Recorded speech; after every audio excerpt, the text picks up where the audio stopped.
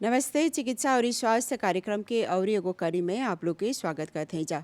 स्वास्थ्य मंत्रालय के सहयोग से ई प्रोग्राम आप लोग तक पहुंचावल जाला, जेकर में हमने का आप लोग के जानकारी दे रहा जा कि कैसे सकब जा आप लोग अपन स्वास्थ्य के बेहतर तरीका से स्वस्थ रखे। जी हाँ, जब स्वास्थ्य के बारे में बात किया जा तो एगो अच्छा जीवन और लंबा जीवन भी। तो आज हमने एक जो विषय पर बात करब जा वो है रेमाटिस बीमारी, जेकरा हमने एक ऑर्थराइटिस रेमाटोइड बोलीला जा। और इस सर्दी के मौसम में ढेर कोई के ई से परेशानी होवेला। तो इस सब के बारे में आज हमने एक जानकारी दे के प्रयत्न करब जा। और ई आज हमने के संगे हवन श्री डॉक्टर मनीष सुका जी। आप रेमाटोलॉग हवा, आपके बहुत बहुत स्वागत करते हैं जा ई कार्यक्रम में। नमस्ते। आज बात करब जा रूमाटॉइड आर्थराइटिस पर। रूमाटॉइड आर्थराइटिस एगो ऑटोइम्यून बीमारी है। ई सबसे कॉमन बीमारी है जोन इन्फ्लामेटरी है, जोन हमनी के जोड़ों में होवेला। हमनी के जोड़ों में बहुत दर्द होवेला, सूजन हो जाला। लगभग 1% पॉपुलेशन के हई बीमारी होवेला। ई एगो ऐसा बीमारी है जो गते गते प्रोग्रेसिव होइले जाला और ई खाली जोड़ों के नहीं दूसरा ऑर्गन के भी सके अफेक्टे करे। ज़्यादातर महिला लोग के होवेला, 3 गो महिला के तो एगो पुरुष के। और सबसे ज़्यादा 30 से 50 साल के लोग के होवेला है बीमारी। ई बीमारी में जो हमनी के इन्फ्लेमेशन होवेला, जैसे बोला जा, ई दोनों हाथ में en même temps होवेला। सिमेट्रिक जैसे बोलब जा, हाथ में होई तो दोनों हाथ में होई, पाँव में होई तो दोनों पाँव में होई। और ये en même temps सकी दूसर ऑर्गन के अफेक्टे करे, जैसे कि हमनी के आँख के अफेक्टे करेला, ओकर में सकी यूवेआइटिस होई, या हमनी के आँख में सुखल निखन लगी तब आँखवा ग्राते करेला। सकी हमनी के पुमों के अफेक्टे करे तब इंटरस्टिशियल फाइब्रोसिस जैसन बीमारी सकी होई। हमनी के एनीमी होवेला। हमनी के हड्डी सकी अफेक्टे होई तो ऑस्टियोपोरोसिस निखन बीमारी सकी होई। हमनी के जुआ के इन्फ्लेमेशन होइला के बाद में डिस्ट्रक्शन सकी होई, तब ऑस्टियोआर्थराइटिस होई लगेला। और ई एगो ऐसन बीमारी है जोन एग्जैक्ट कोज एकर नहीं जानीला जा। सेलमा प्लुजियर फैक्टर बा जोन हई बीमारी के हमनी के रिस्क ऑगमेंटे करी। जैसे कि हमनी के परिवार में हई बीमारी रही तो हमनी के सांस हई बीमारी होई के ज़्यादा रही, जैसे बोला से genetic factors. en même temps बा जो ढेर फैक्टर बा l'environnement से हमनी के रिलिए। कोनो बीमारी पहले होल रही, कोनो इन्फेक्शन जैसे कि ट्यूबरकुलोज, कोनो वीरुस जैसे कि चिकुनगुनिया रहल, एब्स्टेन बा वायरस बा, ई सब वीरुस होई। स्वा कोनो बैक्टीरियो रही तो हई बैक्टीरी खातिर हमनी के लेको एंटीको प्रोड्यूस करेला। तो हई जन एंटीकोवन प्रोड्यूस करी, हई एंटीको सकी हमनी के अफेक्टे करे, हवे खातिर ऑटोइम्यून बोला जाए बीमारी के। तो हई सब फैक्टर बा जोन हमनी के ऑगमेंटे करेला रिस्क। en même temps बा सिगरेट, धूम्रपान आर जे लोग करेला तो लोग के जेंसिव अफेक्टे होवेला। हाउ खातिर बैक्टीरी जोन बा हमनी के जेंसिव में उ सब हमनी के प्रोप्लेको के अफेक्टे करे लगेला। तो हाउ खातिर देखबा एंटीको प्रोड्यूस हुआ था, हवे एंटीकोवा हमनी के अफेक्टे करेला, तब बाद में रेमाटिस सकी डिक्लेंस हुई।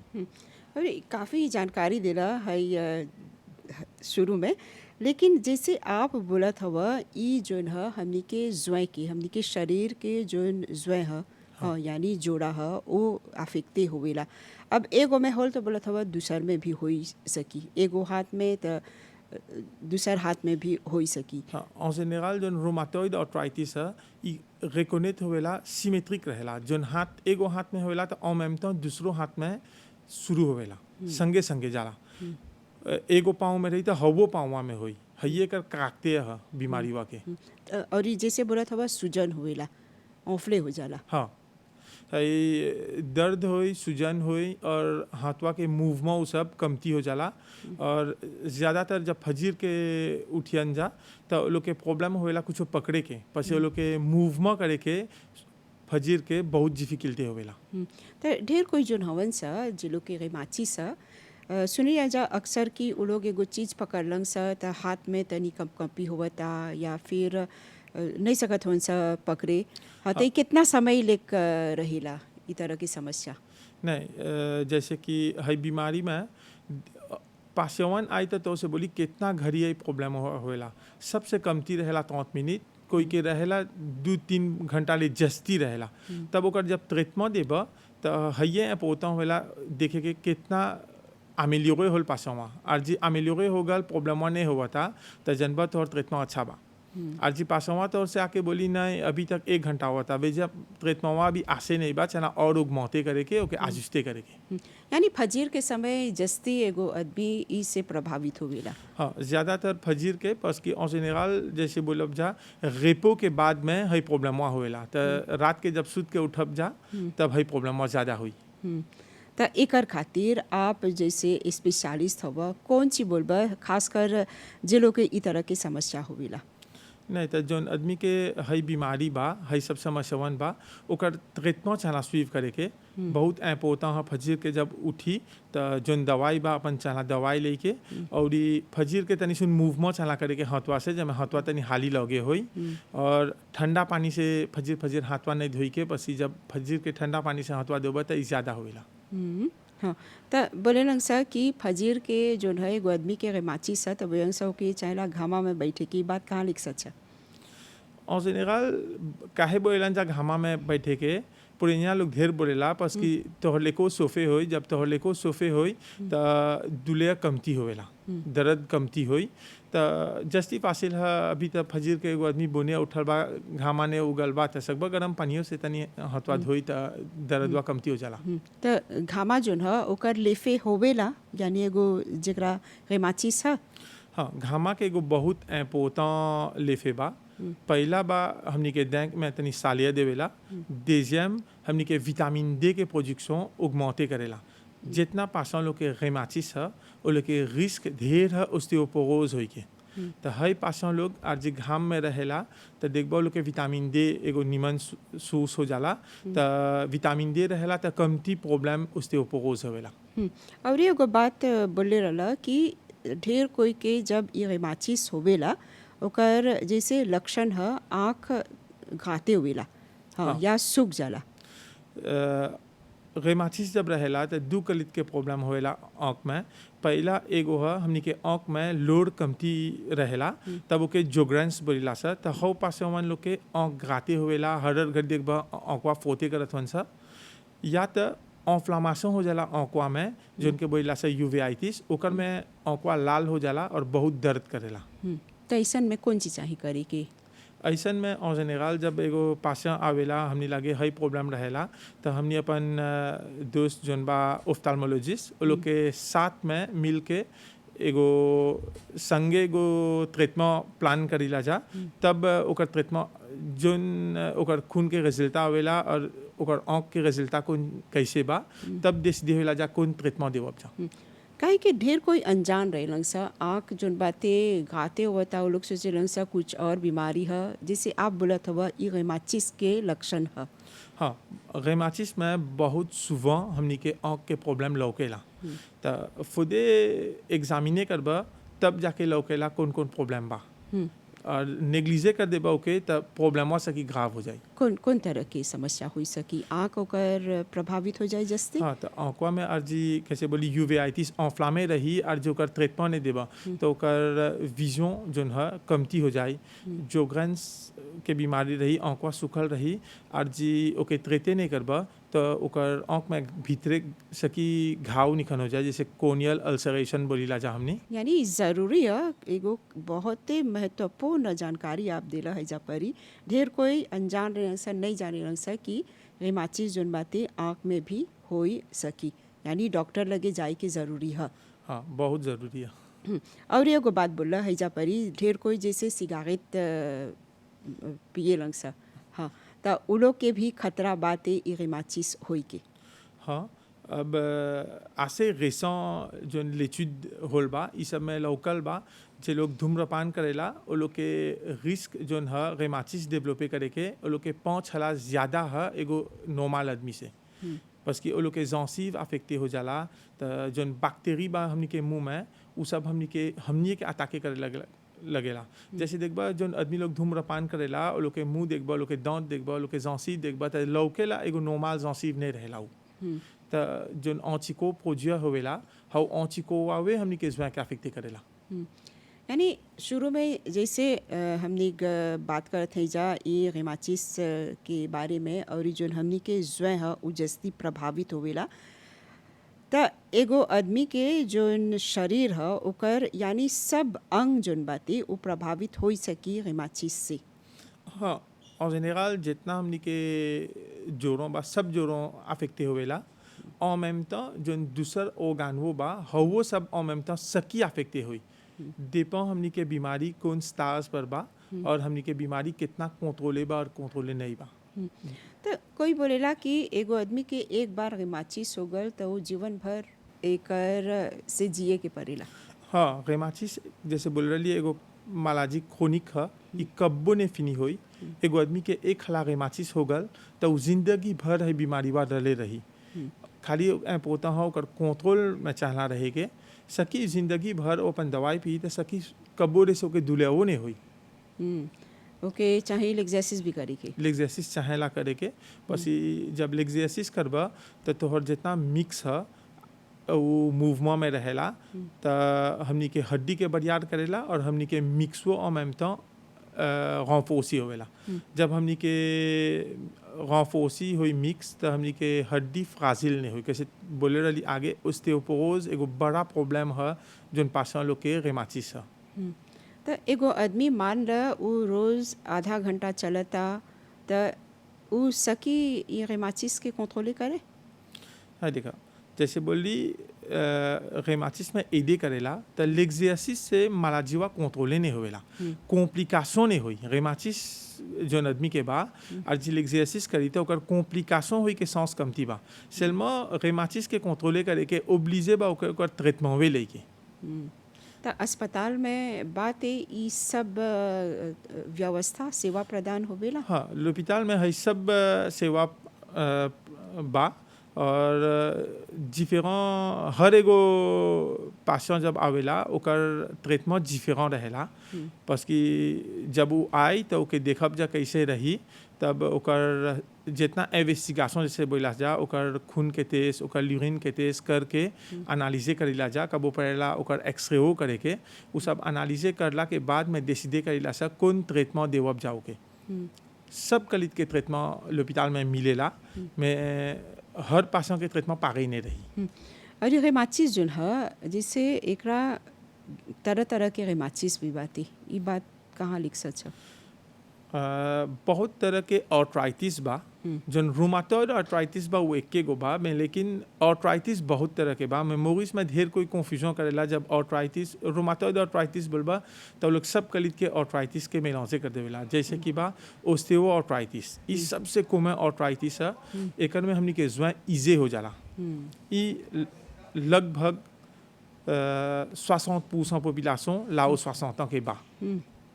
ठीक और दूसर चिप के जोन बा रूमाटॉइड आर्थराइटिस बा सोरियाटिक आर्थराइटिस बा ये एगो तरह के लापो के बीमारी है जोन अफेक्टे करेला हमनी के जुआ के लागुद बा। और लड़का लोग के आर्थराइटिस बा जोन बोला से juvenile idiopathic arthritis.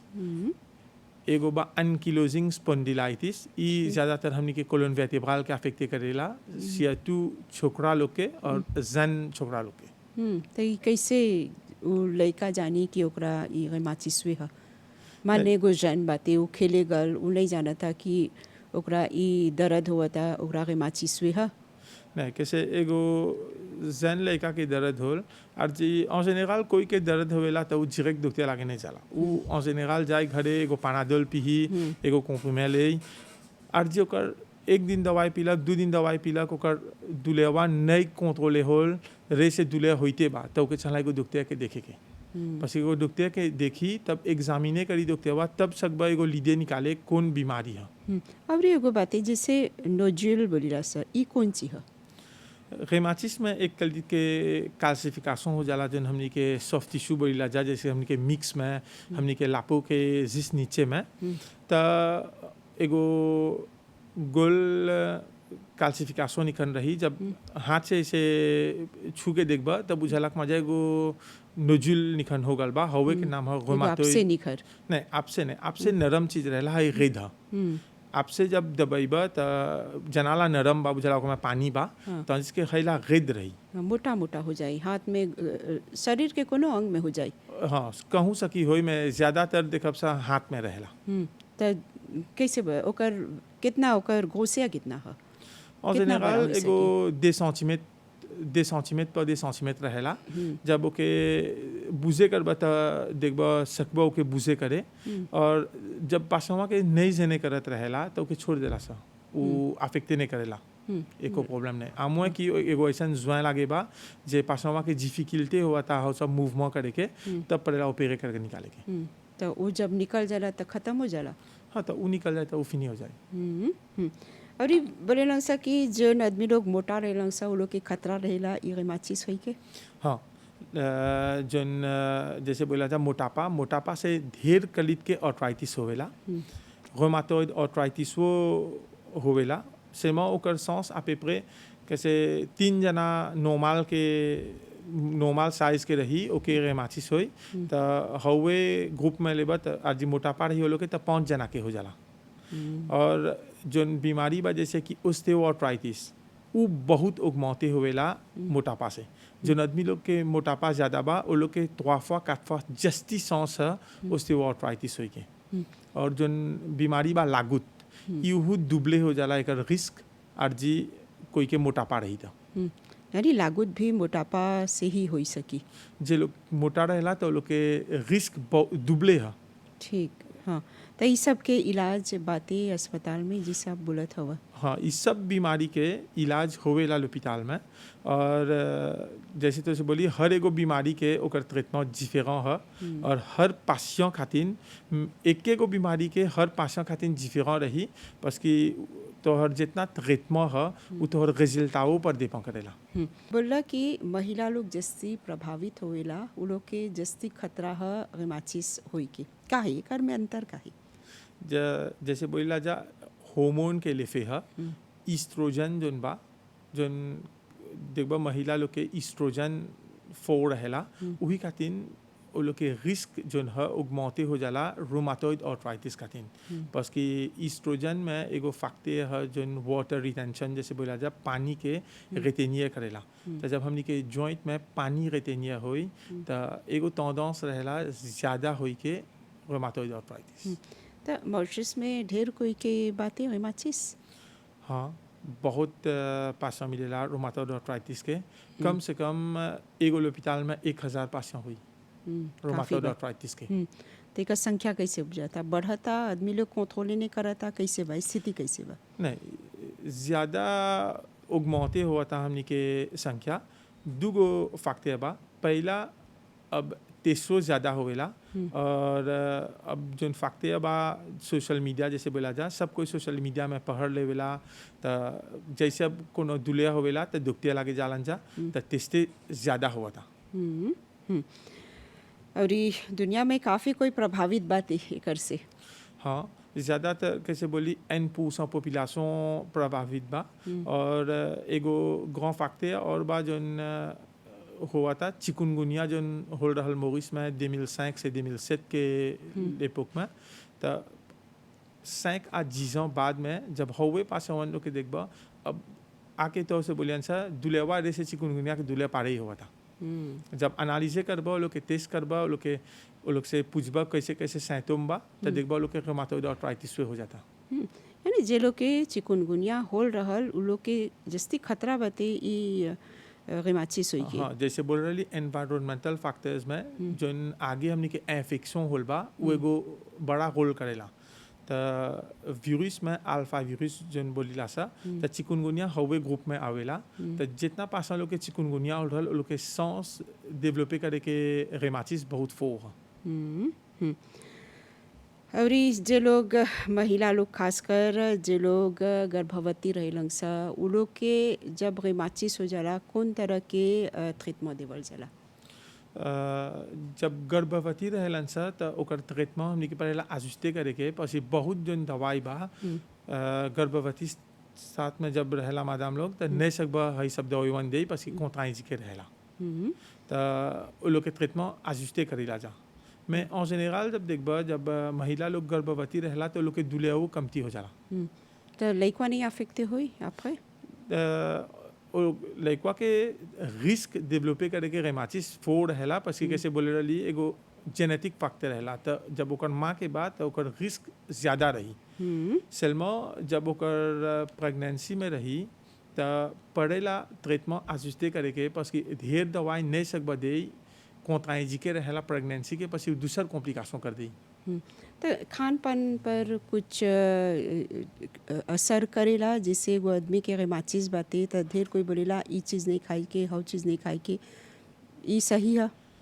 en général कोनो बीमारी रही त सबसे इम्पोर्टेंट है एगो चाहला मौजे बैलेंस खाई के ओकर प्रोटीन ओकर विटामिन ओकर कार्बोहाइड्रेट सब चाहला बैलेंसे रहे के सेलमा जब लागुत के बीमारी रहेला हव कावा में पड़ेला प्रोटीन के कमती करे के जैसे कि बा गोस ओरित कामारों और लिफा जेजे है सब चीज़ों पर कमती करेंगे और जितना ग्रैसिक बा पसी जितना बिया है ये एगो स्टोर है प्रोटीन के तो जितना कलित के बिया जानिला सा उ सब पर कमती करेंगे जितना कलित के दाल बा गोपवा चिपवा आरिको रूज आरिको ब्लांच सोया तेओकोन गातो पीमा और दाल पूरी मोरिस में पड़ेला बोले के है सब चीज़ों पर कमती करे के पसी है सब में बहुत प्रोटीन रहेला तो ई लागुत खातिन है लागुत में है सब नहीं चाहेला लेके खाली जे लोग के लागुत था हाँ खाली लागुत मैंने चाहला सब तो लागुत भी हमनी के ज्वेवे के प्रभावित करेला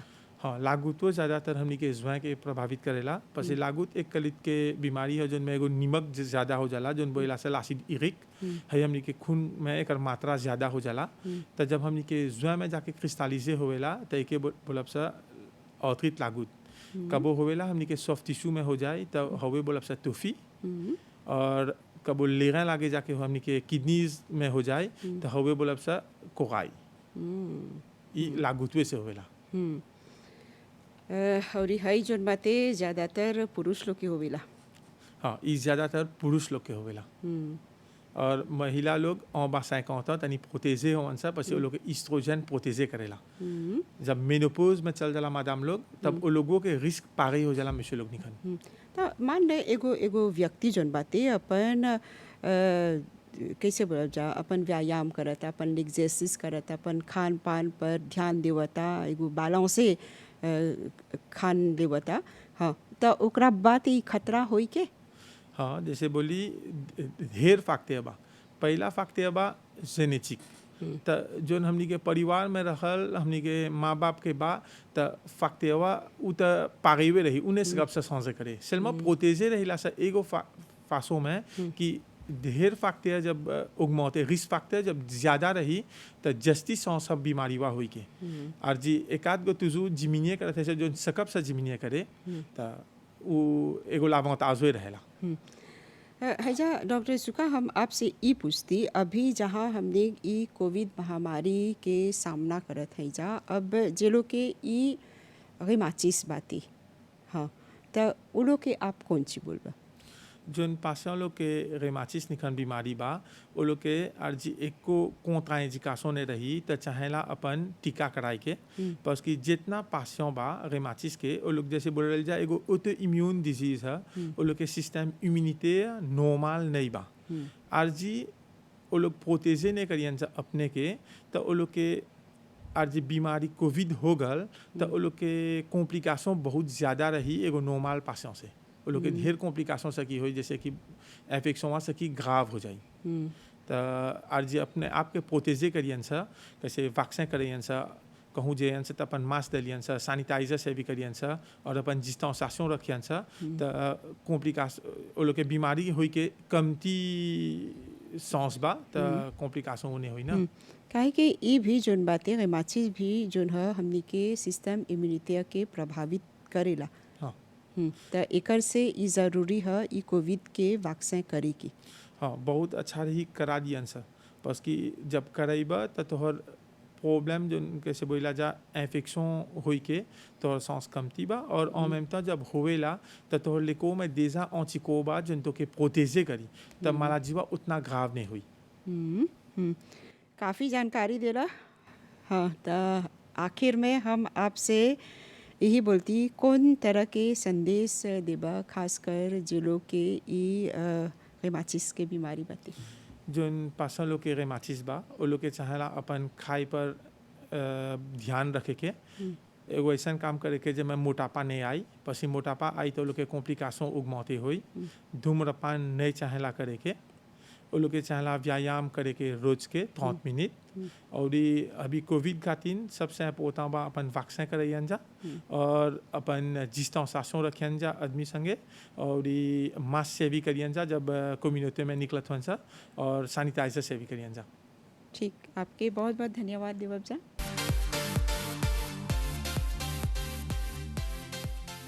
जी हाँ, चिकित्सा और स्वास्थ्य कार्यक्रम में जैसे आज हमने एक विशेष रूप से बात करिए जा ऑर्थराइटिस यानी रेमाचिस बीमारी से जुड़ल जोन समस्या होवेला, तो काफ़ी जानकारी मिलल। यही उम्मीद करते हैं जा कि आप लोग एकर से लाभ उठाई बजा। तो चिकित्सा और स्वास्थ्य कार्यक्रम के ई करी के हैजे पर ही विराम देवब जा, और एगो प्रोग्राम के संगे आप लोग से भेंट करब जा। अभी खातिर हमनी के और हमनी के पूरा टीम के आज्ञा देवल जा। नमस्ते।